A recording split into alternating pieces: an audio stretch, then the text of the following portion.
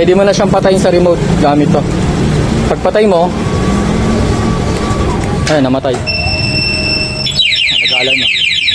Hindi mo start yan. Wala, hindi mo ma-start. Alarm.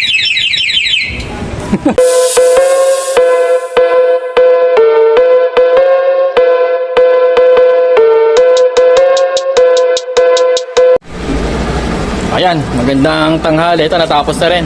Dito sa ano ngayon, Novaliches, Quezon City. Ito, nilagay natin sa Access Suzuki. Ayan. Senlo na 60 watts at Pia Original. Ayan yung ilaw natin. Ayan, usually nakatago. Ayan. Ayan siya. Tapos, yung switch niya, yun pa rin. Kagaya ng mga gawa ko. Ito yung low. Ayan. Ayan, natesting na namin ito. Ayan, passing light sa high. Ayan, passing light sa low. Ayan, pag naka-off, sabay. Ayan. Tapos sa busina, dito yung switch. Ayan. Ayan, stock. Ayan, loud. Ayan. Ayan, liwanag yan. Nakago pa yan. Bye. Tama na lahat. Alarm. In high. Ayan, track mo na. Tapos ayan. Yan, no, ano yan? No cut, no splice. Yan, yan gawa natin dyan. Tapos ito, ang bago. Nilagay natin ng alarm kong Access Suzuki. Ayan, yan, ano, maandar, tapos ninakaw. Pwede mo na siyang patayin sa remote gamit to. Pagpatay mo, ayun, namatay. Nag-alarm na. Hindi mo ma-start yan. Wala, hindi mo ma-start. Alarm. Ang lakas. Ang lakas na. Tapos, yan. Pwede na rin siyang, parang keyless na rin. Usually sa mga pasyo, sa ibang unit ko nilalagay ito. Ito nga i-access naman. Tanggalin natin yung susi.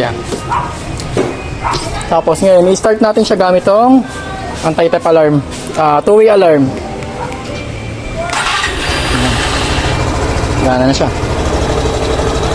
Siyempre, gagamitin natin lahat. Signal light. Ayan, meron. Kabila. Meron din. Hazard. Ayan, meron din. Sa ilaw, meron lahat. Tapos dito, yung mga install natin. MDL, low. O, ayan, meron. High, meron. O, passing light, meron din siya. Sa high, meron din. Tapos sa busina, loud, o, meron. Tapos yung stock, o, meron din. So, wala siyang susi. Ayan. Ayan. Pagpapatay natin dito sa remote. Tapos, kunyari, sa parking naman, pag gusto mo iset ng alarm, ayan, sa pindot ka lang. Ayan, kaya, pag gumalaw, may gustong kumuha. Kaya, pag ginalaw na una yan, ayan, tutunog siya first attempt. Pangalawang tunog, pagkalawang galaw, ayan, saka siya mag-alarm. Tapos ito, nagbabibrate to. Bukod dun sa nag-alarm, nagbabibrate to. Tapos, pag gusto mo naman ng silent, yung isa loud, then itong isa silent naman mode. 3, 4, 5. Ayan, nag-alert, ano naman to, kapag ginalaw or kinuha yung motor mo, ayan, ginalaw ko. Ito lang nag-vibrate. Pero walang ingay dito sa motor. Kagaya niyan, mayari, ginakaw, kinuha yung susi. Ayan. Naka-alarm to pero dito lang siya nag-alarm sa remote. Pero sa motor, nakaset na siya ng alarm. Start ko wala. Ayan, mamamatay. Ayan, hindi siya naka-side stand. Hindi niya mapapatakbay. Mamamatay at mamamatay yung motor kasi nga nag-a-alarm siya dito sa ano natin, remote natin. Ayan.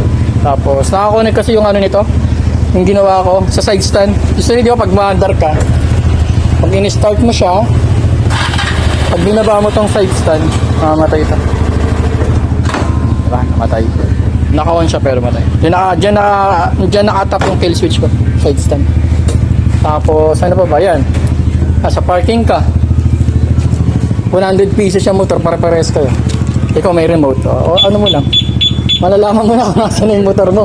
naligaw ka ng parking, di ba sir? Oh, ganyan-ganyan ka lang, oh. Oy, motor ko na yun. Hanggang sa makita mo na. Pati signal light yung umiilaw. Tapos, ito, dalawa siya. Yung isa, may antena, nagbabibrate. Yung isa, spare key niya to. Just in case na masira, mawala, meron siyang backup. Yan. Answer back, meron na siya. Then, alarm, silent mode, then loud alarm. Yan. Tapos, gumagana siya ng walang susi. Parang keyless function na yun siya. Baga, pwede mong gamitin yung unit mo kahit walang susi. Pero hindi kasama yung ito, dun sa, ano sir, hindi kasama yung manubela sir. Kumbaga, hindi mo malalaki yung manubela niya. Oo, yun. Tsaka yung sa upuan, bukod doon. Pang sa system lang talaga ng motor siya pwede. Pag ninakaw, kasi ngayon uso na nakawan eh. So yun, yan. Pang anti-nakaw na rin to. Okay lang. Dito sa, Access Suzuki, dito sa Quezon City, Novaliches. Ayun lang. Thank you.